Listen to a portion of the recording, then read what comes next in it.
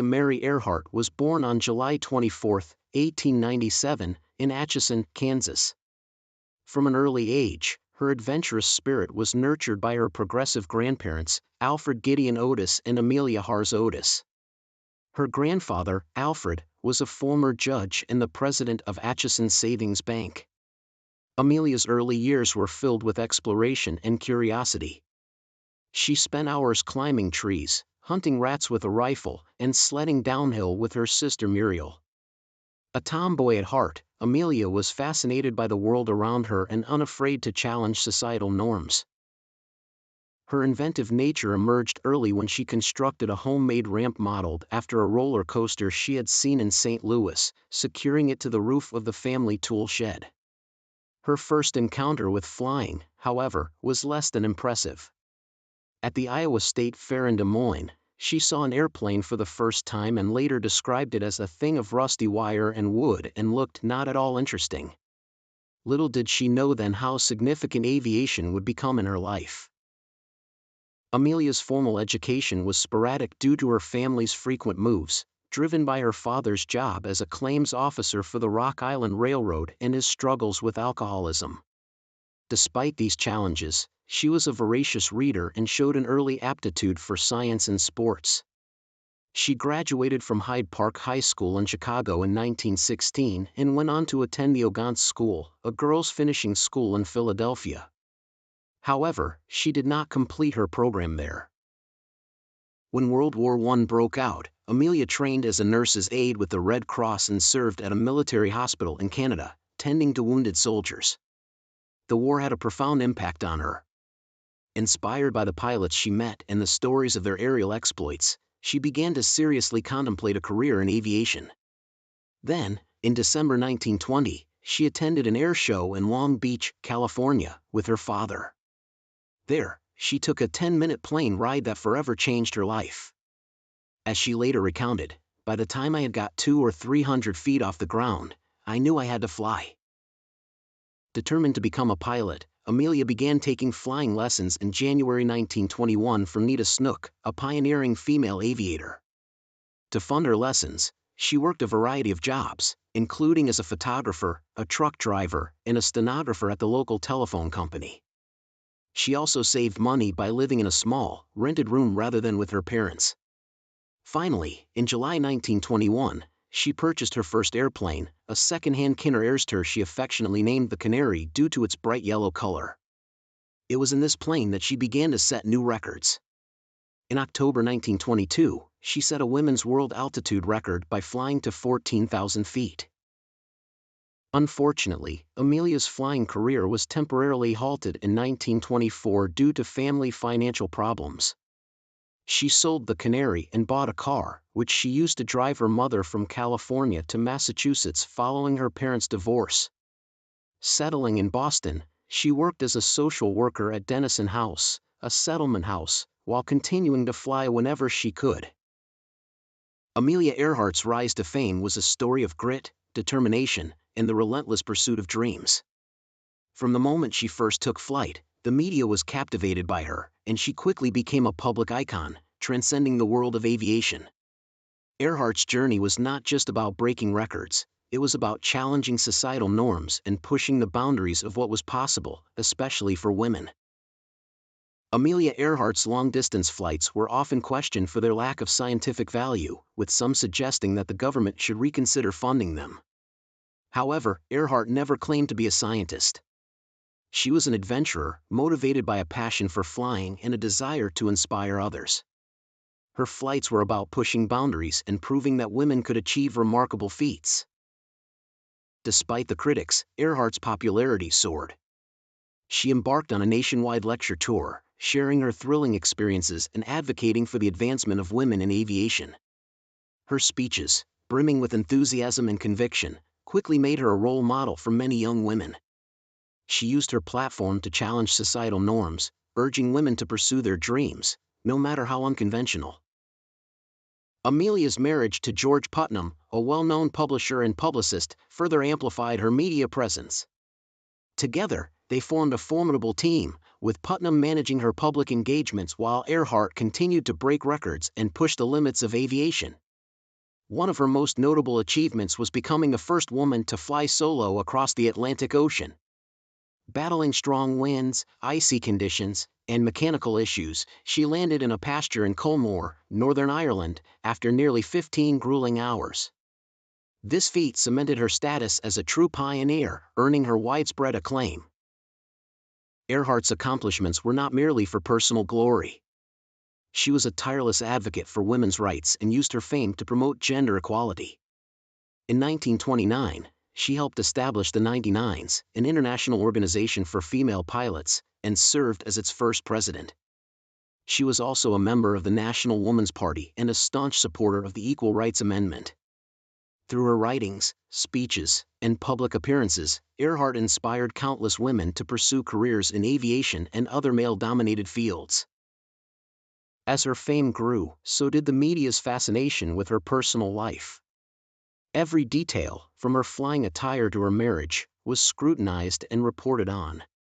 Yet, Earhart handled the attention with grace, always staying true to herself and her mission. She was not just a media sensation, she was a trailblazer, a woman who dared to dream and inspired others to do the same.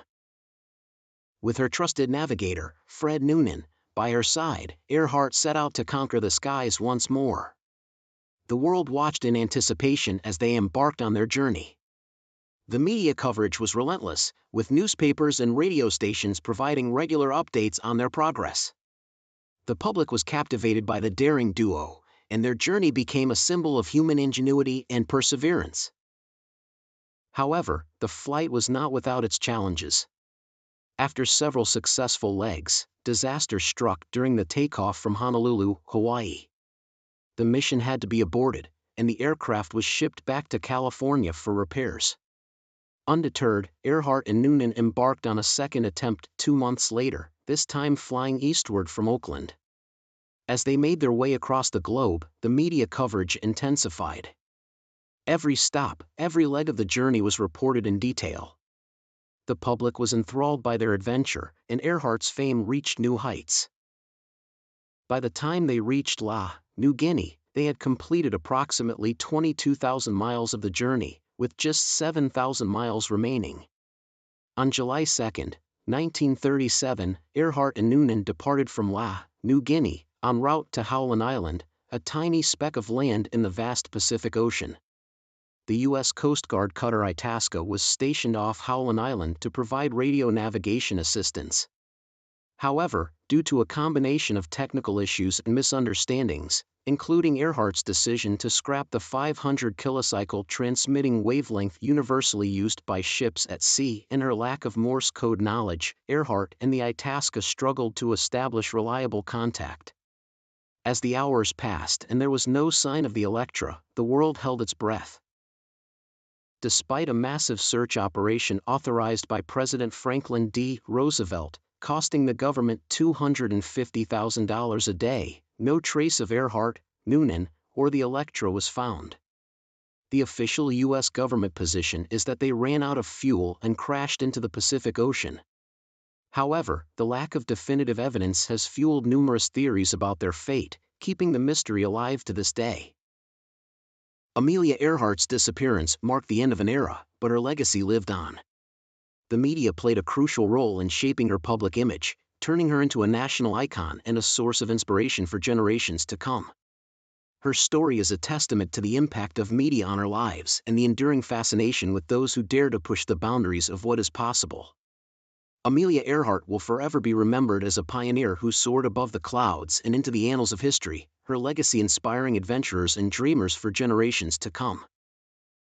In 1940, British officials retrieved a partial human skeleton from a remote part of Nkomororo. Initially believed to be male, a later forensic analysis suggested the bones were more likely those of a woman of European descent, around Earhart's height. This finding reignited interest in the castaway theory, though definitive proof remained elusive. According to this hypothesis, they landed in the Marshall Islands, which were under Japanese control at the time. Some proponents suggest they were taken to Saipan, where they were imprisoned and possibly executed as spies. Accounts from Marshall Islanders and a controversial photograph purportedly showing Earhart and Noonan in Japanese custody have fueled this theory. However, critics argue that the distances involved and the lack of concrete evidence make this scenario unlikely. A more sensational theory posits that Earhart survived the crash and was repatriated to the United States under an assumed identity. This idea gained some traction in the 1970s when a book claimed that a New Jersey woman named Irene Bolam was, in fact, Amelia Earhart. Bolam vehemently denied the claim, and subsequent investigations debunked the theory, but it remains a tantalizing piece of the Earhart legend. The mystery of Amelia Earhart's disappearance has captivated the public imagination for decades, spawning countless books, documentaries, and expeditions.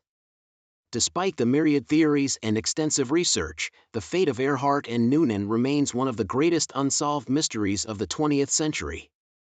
Their story is a testament to the enduring allure of exploration and the unquenchable human desire to uncover the unknown. As we reflect on the life and legacy of Amelia Earhart, we are reminded of her pioneering spirit and the indomitable courage that defined her journey. She was more than an aviator, she was a symbol of possibility, inspiring generations to chase their dreams and push beyond the limits of the known world. Whether she perished at sea, survived as a castaway, or met a more enigmatic fate, Amelia Earhart's story continues to soar, capturing the hearts and minds of adventurers and dreamers alike. From the moment she vanished on July 2, 1937, the search for answers has continued relentlessly, driven by both technological advances and the human spirit of exploration. In the immediate aftermath of Earhart and her navigator Fred Noonan's disappearance, the U.S. Navy and Coast Guard launched what was, at that time, the most extensive and costly search effort in U.S. history. Over $4 million was spent scouring the Pacific Ocean, with ships and planes covering a vast area in a desperate bid to find any trace of the missing aviators. Despite these unprecedented efforts, no physical evidence of Earhart, Noonan, or their Lockheed Electra 10E was found. In the days following their last confirmed transmission, reports began to surface about possible emergency transmissions from Earhart. An Oakland radio amateur claimed to have heard distress calls on the mornings of July 3 and July 6, 1937, believed to be from Earhart herself. However, many of these reports were later determined to be hoaxes, adding to the confusion and uncertainty. The captain of the USS Colorado, one of the ships involved in the search, noted the difficulty in discerning genuine signals from the numerous false reports. Tire researchers later identified 57 credible signals that civilians picked up around the world, believed to be from Earhart. Undeterred by the official search's failure, George Putnam, Earhart's husband, financed a private search of nearby Pacific islands and waters. In late July 1937, Putnam chartered 2 small boats and directed a search from the United States. His determination to find his wife was unwavering, even as he sought to manage her estate and finances, ultimately leading to Earhart being declared legally dead on January 5, 1939. The mystery of Earhart's disappearance continued to intrigue and inspire, leading to numerous expeditions and theories over the years. In 2003 and 2006, David Jordan and his company Nauticos conducted extensive searches using deep-sea sonar devices, covering a 1,200 square mile area north and west of Howland Island, derived from the line of position broadcast by Earhart on July 2, 1937. Despite spending $4.5 million, these searches yielded no wreckage. In a potentially groundbreaking development in 2024, Deep Sea Vision, a company specializing in unmanned underwater vehicles, announced a significant discovery. Using advanced underwater exploration technologies, including synthetic aperture sonar, they detected an object resembling an Electra airplane approximately 16,000 feet beneath the ocean's surface, within 100 miles of Howland Island. The object's location, size, and defined edges on an otherwise sandy bottom suggested it could be Earhart's missing plane. However, further exploration and confirmation were needed. At a presentation on July 20, 2024, at the Amelia Earhart Hangar Museum, the founders of Deep Sea Vision revealed their plans for a follow-up mission, tentatively scheduled for late 2024 or early 2025. This mission would deploy an optical camera to obtain visual confirmation of the find. If confirmed to be Earhart's aircraft, Deep Sea Vision advocated for raising and preserving it, despite the logistical and preservation challenges involved. Additionally, Deep Sea Vision is producing a documentary tentatively entitled Why Not Us to chronicle the expedition. The exact target area for their follow-up mission remains undisclosed. While the majority of historians believe that Earhart crashed and sank in the Pacific Ocean, alternative theories have captivated imaginations for decades. Despite numerous expeditions, no definitive link between Earhart and any specific island has been established. One compelling theory emerged when a University of Tennessee researcher examined bones found on Nkomororo, concluding they were likely Earhart's.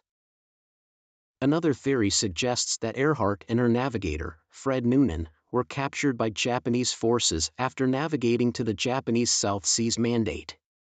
Some of Earhart's relatives support this idea, citing unnamed witnesses, including Japanese troops and Saipan natives. The New Britain theory posits that Earhart turned back mid-flight and attempted to reach the airfield at Rabaul, New Britain, northeast of mainland Papua New Guinea. However, searches in the area have not uncovered any wreckage. In 2006, a National Geographic Channel episode proposed that Earhart survived the world flight, changed her name, remarried, and became Irene Craigmile Bolam. This claim, initially published in Joseph Gervais's 1970 book Amelia Earhart Lives, led Bolam to file a lawsuit against the book's publisher, McGraw-Hill, resulting in the book's withdrawal and an out-of-court settlement. Throughout the years, countless tributes and memorials have honored Earhart's legacy. In 2012, U.S. Secretary of State Hillary Clinton celebrated Earhart at a State Department event, highlighting her legacy and the ties between the United States and its Pacific neighbors. In 2013, Flying Magazine ranked Earhart number 9 on its list of the 51 heroes of aviation. Earhart's accomplishments in aviation have inspired generations of female aviators, including the Women Air Force Service pilots, WASP, who served during World War II. Her legacy endures, with her birthplace now serving as the Amelia Earhart Birthplace Museum, maintained by the 99s, an international group of female pilots. The ongoing search for Amelia Earhart and the technological advances that have fueled this quest underscore the enduring human drive to seek answers. From the initial search efforts in the 1930s to modern-day expeditions using advanced sonar and underwater vehicles, the quest to uncover the truth about Earhart's disappearance continues to captivate and inspire. As new discoveries and theories emerge, the mystery of Amelia Earhart remains a testament to the power of exploration and the relentless pursuit of knowledge. Thank you for watching. If you enjoyed this video, please give it a thumbs up and subscribe to our channel. Your support keeps us going. Thank you.